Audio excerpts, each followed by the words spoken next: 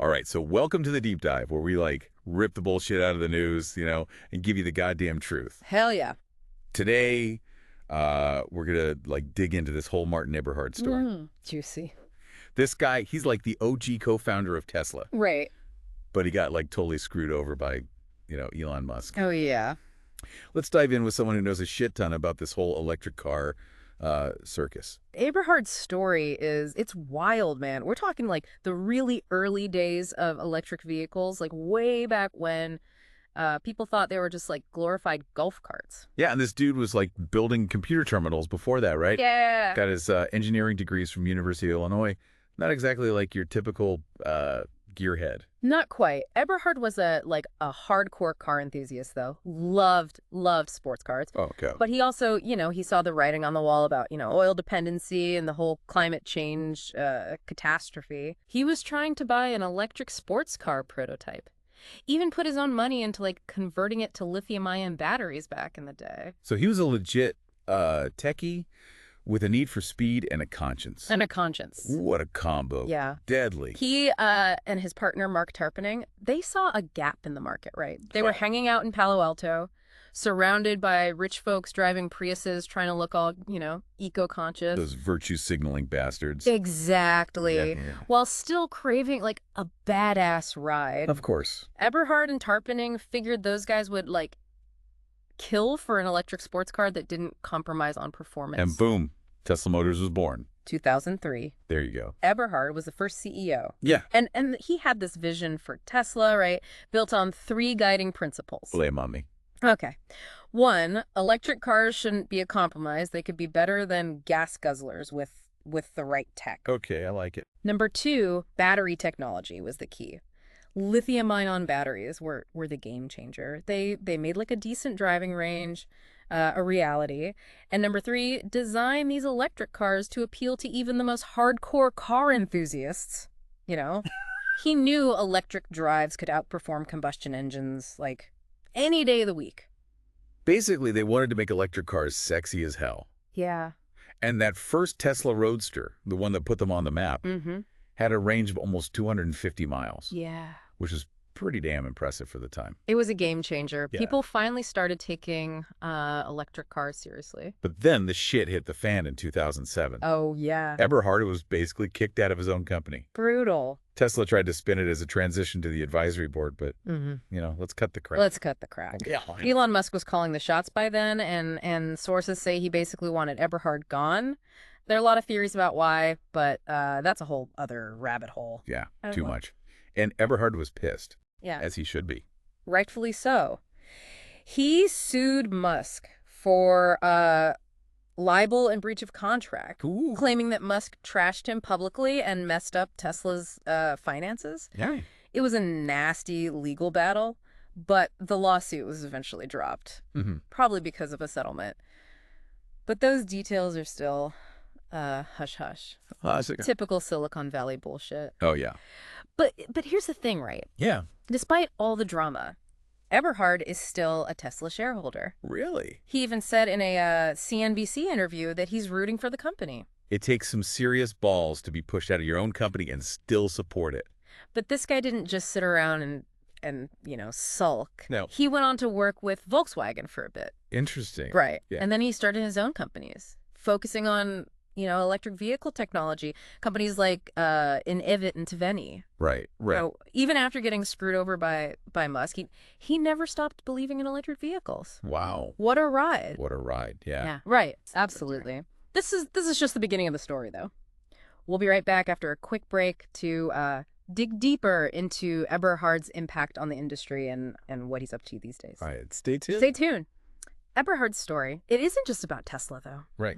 This guy was a pioneer in the whole EV industry, man. Yeah. He saw the potential of electric cars, when they were still like a fringe idea. Yeah, for sure. Like way back. Way back. When it was like, are you serious? Yeah, totally. Is this going to happen? Exactly. Yeah. And you can't deny his impact, man. Oh, for sure. Look at Tesla now. It's a global powerhouse. Oh, yeah. It's crazy. Even with all its controversies and, Elon Musk's antics. Yeah.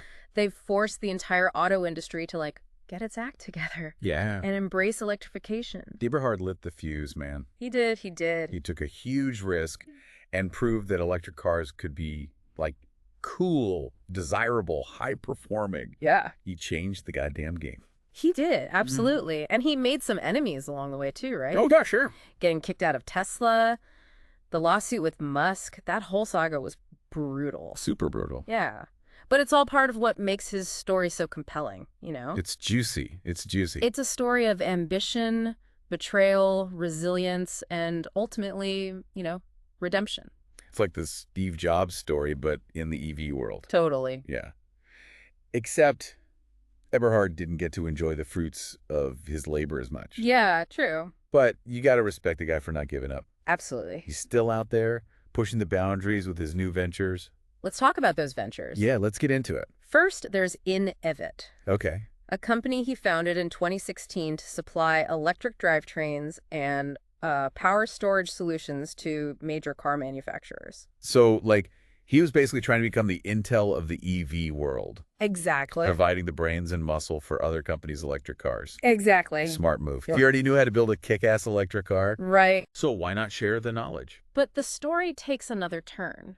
Oh, In 2017, Inevit was acquired by SF Motors, okay. which later became Ceres. Okay. Eberhard was their chief innovation officer for a while, but left in 2018. Sounds like this guy just can't sit still, you know? I know. Always got something brewing in that brain of his. Right. Always on to the next thing. Always on to the next thing.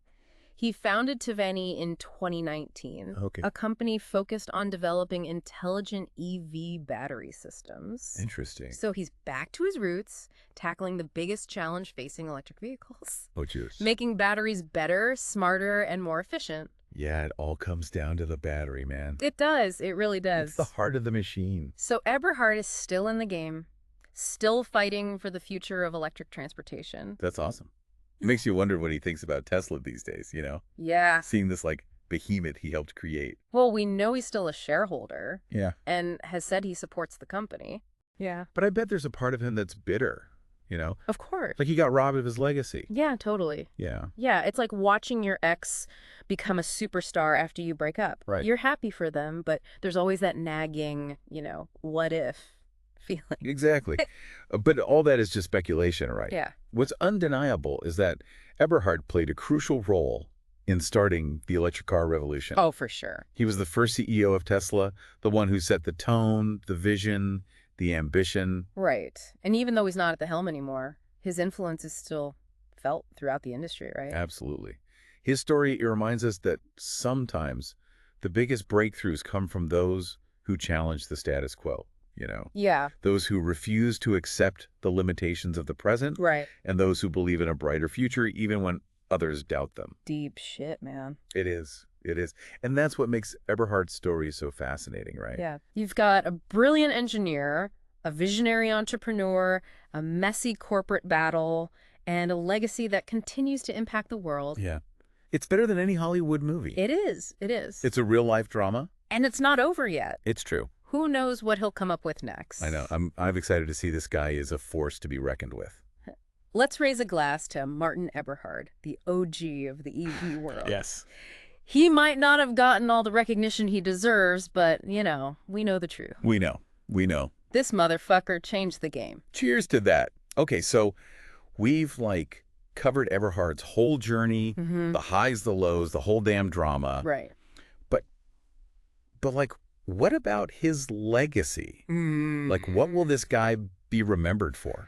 That's the million-dollar question, right? I Yeah. mean, on one hand, he's the forgotten founder of Tesla, you know? Yeah. The guy who got, like, kicked to the curb and Yeah. overshadowed by the whole Elon Musk circus. Kind of a raw deal, if you ask me. Totally. Yeah. But on the other hand, he's the guy who lit the fire under the electric car revolution.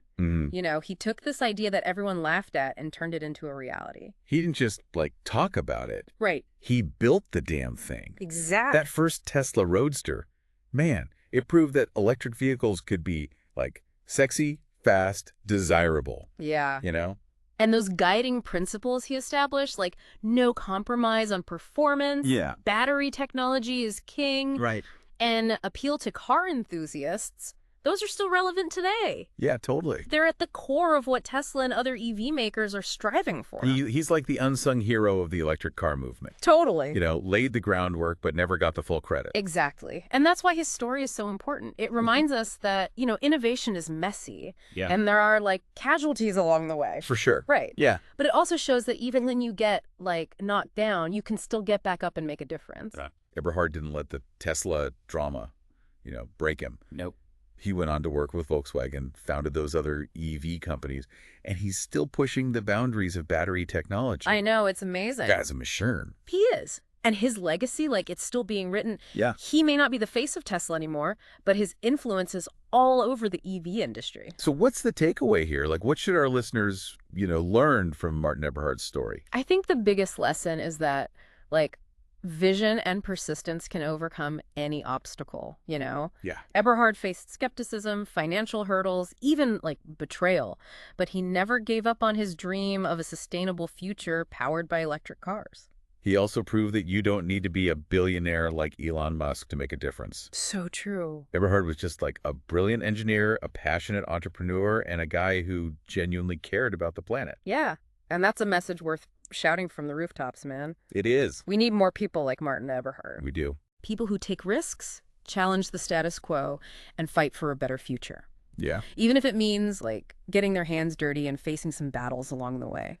Well said. Yeah. So let's raise a glass to Martin Eberhard. Yes. The forgotten founder. Yeah. The unsung hero. Totally. The OG of the EV revolution. His story is a reminder that innovation is messy, success isn't a straight line, but true visionaries never stop pushing forward. Cheers to that. Cheers to that.